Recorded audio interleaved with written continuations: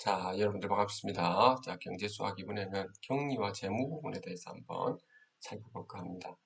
자, 격리라고 하는 부분은 경영관리의 약칭입니다. 그래서 주요 업무는 돈과 관련된 작업의 거의 전부가 격리를 통해서 이루어지는 것이죠. 최종적으로는 결산서를 작성하는 것이 가장 중요한 업무가 됩니다. 그래서 담당 부서는 격리부의 격리과나 회계과 이런 데서 하죠.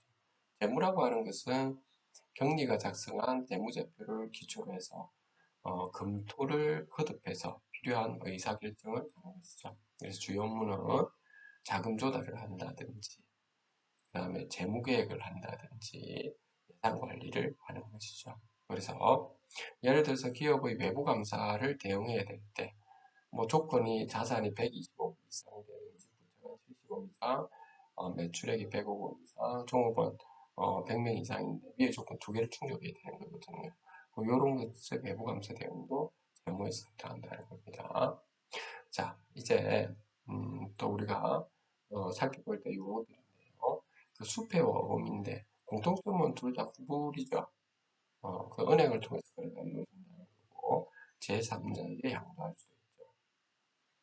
둘 다가 당좌예금 계좌를 개설해서 진행하는 거죠. 그리고 은행에서 발행받은 그 용지에 기입해서 발행해야 되는 것이죠. 부도가 나면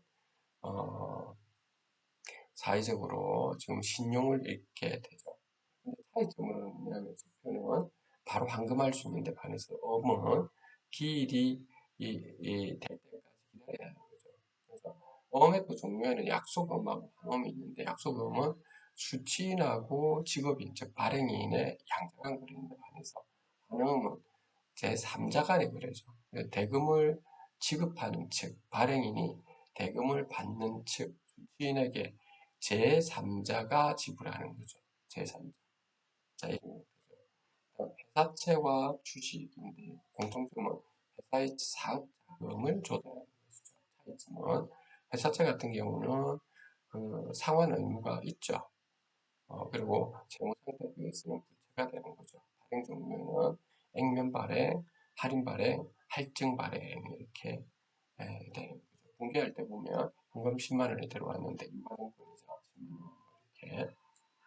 그다음에 그 주식 같은 경우는 상환 의무가 없죠. 재무상태표에서는 잔금이죠.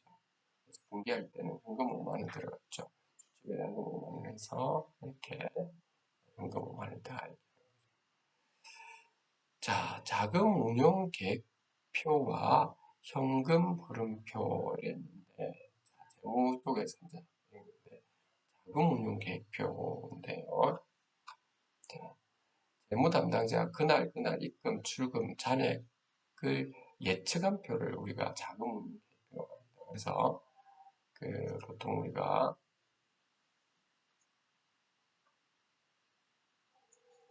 돈의 흐름을 예측한 결과 예를 들어서 3개월 후에 자금이 500만 원 부족할 것 같으면 자금 조달을 갖다 건든다는 거죠. 이거는 그리고 대외 문서가 되죠. 회사의 기밀 문서라는 겁니다. 경영자를 위한 정보인 거죠. 자금은 그래서 기본 틀은 그 가로에 있는 행축에는 기존 월별 실적과 미래 월별 예상 실적을 아주 쭉 놓고, 그다음 열축에는 세로축에는 업황이 어떻게 되는지 매출액 매입의 전월 2월 이런 것들 수입 같은 경우 출연금 매수라든지 주식 모험이라든지 성취금 기타 함께 이런 식으로요. 지출 부분도 놓죠. 매입 현금 지급이라든지 지급 선수금 외주비 인건비 재경비 이런 것이죠. 프로젝트를 위한 특별경비 발표비를 제외한 비용을 우리가 적용비 이렇게 합니다. 세금, 밖에 뭐 이런 거요. 그 다음에 수입에서 지출 뺀 거, 그 다음 자금 조달, 자익금, 마련, 상환, 이월 이렇게 통계적으로 이렇게 틀을 만들죠. 현금흐름표 같은 경우는 돈의 증감과 균형을 보기 위한 표인 거죠. 그래서 투자자를 위한 정보가 자금운용계획표는 경영자를 위한 정보가 있죠. 그래서 현금흐름 계산서에서는 영업활동으로 인한 현금흐름, 투자활동으로 인한 현금흐름, 재무활동으로 인한 현금 흐름이 있죠. 예를 들어서 매출이라고 하는 것은 외상 매출 공급 받을 업무로 매입은 현금으로 거래하는 경우에 매출을 계상하면 현금은 일반적으로 증가하지 않았지만은 매입은 만약에 현금으로 지급했다라고 알고죠. 따라서 매출이 매입보다 많음으로 손익계산상으로는 이익이 나는 경우죠. 그런데 현금이 부족해서 부도가 날 수 있는데 다시 말해서 흑자 도산 가능성이 있다는 거죠. 이런 부분입니다.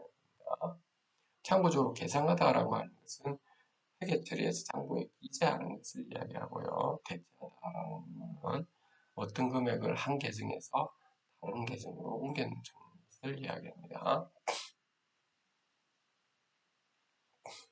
자, 그 다음에 이제 애누리와 할인을 한번 보도록 하죠. 자, 애누리라고 하는 것은 잘못된 상품이나 불량, 파손 등이 있는 경우에는 그 대금을 싸게 받는 것이죠. 그래서 그 비용인 매입 계정에서 직접 공제하는 거죠. 예를 들어서 5만 원의 외상 판매한 상품을 파손이라는 이유로 1만 원을 애누리해서 4만 원에 판매하는 경우는 자변에는 5만 원하고 대변에는 구매 시에는 외상 매입금 5만 원 이렇게 하면 되는 건데요. 애누리 시에는 외상 매입금 5만 원인데 이게 매입이죠. 요거는 4만 원. 매입 환출 및 애누리가 1만 원 이런 식으로 하면 되는 거죠. 자, 할인 같은 경우는 외상 대금을 조기에 입금했거나 상품을 대량 구매해서 저렴하게 받는 것을 이야기하는 거죠. 그래서 금리에 상당하게 해당하므로 비용인 매입과 이렇게 상계하지는 않는다라고 합니다. 그래서 따라서 본래의 영업 활동에 근거하는 수익이라고 생각하지 않고요. 이 부분은 영업의 수익에 표시하는 것이죠. 이거 굉장히 잘 생각해 보면 그렇죠. 그래서 예를 들면 매입 금액 가격은 5만 원, 지급한 대금은 매입 할인 5천 원을 뺀 4만 5천 원이다. 이러면 답변에는 매입은 5만 원, 대변은 외상 매입금 5만 원인데 이제 앉아 현금 4만 5천 원 대변에 그 다음 매입 할인 5천 원 이렇게 하고 외상 매입금 5만 원 이렇게 우리가 놓으면 되는 거죠.